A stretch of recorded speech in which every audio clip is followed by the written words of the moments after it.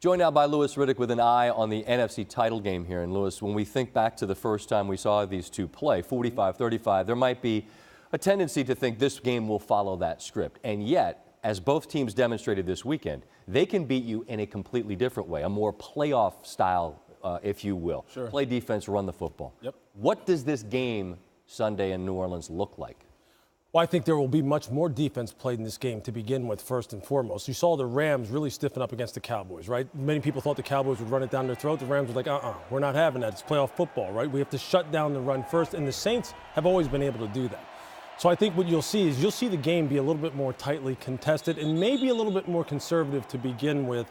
And both of them really tried to establish an identity of, we can run the football. The Rams did that to Dallas. The Saints have been able to do it all year, and the Saints have one of the best offensive lines in the NFL. So I think you won't see a whole lot of spread them out, just throw it all over the yard, and whoever has the ball last is going to be the one who wins.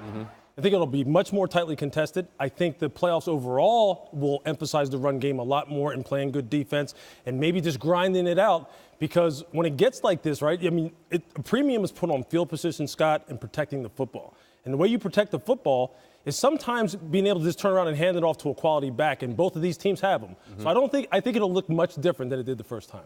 We agree there. Both these teams trailed this weekend, and both teams fought back and were able to win. Yep. The Saints at home is the obvious trump card that I think for anybody this playoff weekend or next weekend as well. Sure. Is that the ultimate decider between these two teams in terms of who makes it to the Super Bowl?